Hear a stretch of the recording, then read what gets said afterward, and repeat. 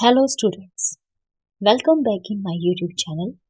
Students, if you are new to my channel, please subscribe my channel and hit the bell icon so you get the latest notifications timely. So students, today's topic is elasticity of demand. So let's get start the video. So economics में आज हम discuss करने जा रहे हैं chapter second elasticity of demand. Introduction.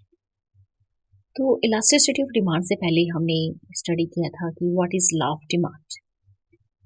Law of demand tells us about the direction of change in demand for a good as a result of change in its price.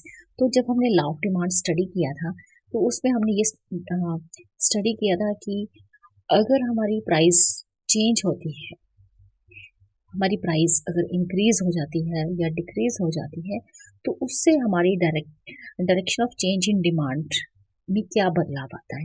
Means अगर price बढ़ जाती है या कम हो जाती है तो हमारी जो डिमांड है वो किस तरह से मूव करती है, वो इंक्रीज होती है या डिक्रीज हो जाती है. मीन्स डिमांड का जो सीधा सीधा असर है वो प्राइस के साथ कनेक्शन है इसका, कि अगर हमारी प्राइस बहुत ज़्यादा बढ़ रही है तो डिमांड ऑटोमेटिकली हमारी कम हो जाती है, और अगर प्राइस कम हो जाती है तो डिमांड जो है हमारी बढ़ने लगती है. Thus the law is a mere qualitative statement. Means law of demand जो है सिर्फ ये बता रहा है आपको कि एक क्वालिटेटिव स्टेटमेंट है.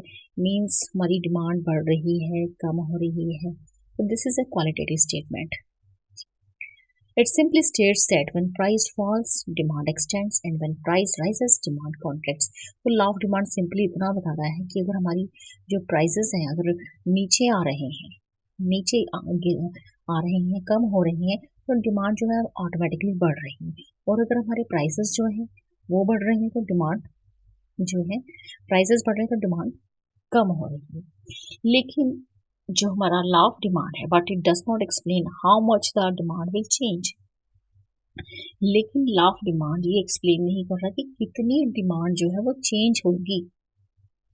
तो कितनी डिमांड चेंज होगी ये जो है, ये हमारा इलास्टिसिटी ऑफ डिमांड जो कंसेप्ट है ये रिप्रेजेंट करता है. The concept that explains a proportional change in the amount demanded of a good as a result of change in its price is called the concept of elasticity of demand. तो जो concept है वो explain करता है, हमारा जो elasticity of demand का concept है वो ये बताता है, ये एक्सप्लेन करता है कि अगर हमारी प्राइस में किसी भी तरह का कोई चेंज आता है तो उसका सीधा सीधा प्रोपोर्शनल चेंज, प्रोपोर्शनल मीन्स जो भी हमारी अगर प्राइस इतनी बढ़ रही है तो उससे हमारी डिमांड कितनी, अगर प्राइस बढ़ रही है तो हमारी डिमांड कितनी कम होगी, अगर हमारे प्राइसेस कम आ रहे हैं तो प्रोपोर्शनेटली हमारी डिमांड कितनी बढ़ेगी. Proportional change in the amount demanded of a good, कि हमारे जो कंज्यूमर है वो कितनी डिमांड उनकी चेंज होगी प्रोपोर्शनेटली. तो ये हमारा इलास्टिसिटी ऑफ डिमांड इस कंसेप्ट को बताता है. Thus, the elasticity of demand refers to the percentage change in the quantity demanded of a commodity as a result of given percentage change in its price.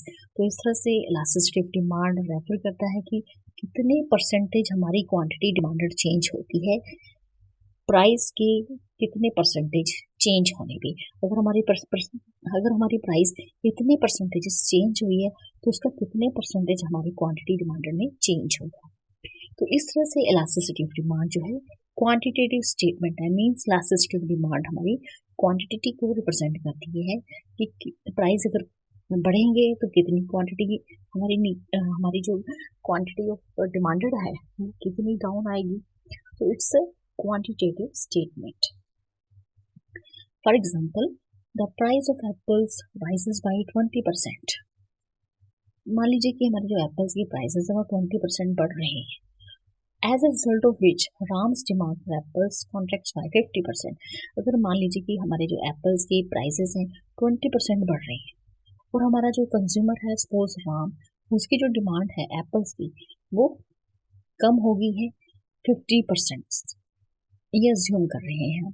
और उसी तरह से अगर हमारे एप्पल्स की प्राइसेस 20% बढ़ रही हैं, तो हमारा दूसरा जो कंज्यूमर है दैट इज मोहन, उसकी जो डिमांड है वो 10% कम होगी। मीन्स हमारा जो राम है उसकी जो डिमांड है वो ज़्यादा कम हो गई है, और मोहन है उसकी सिर्फ 10% ही कम हुई है।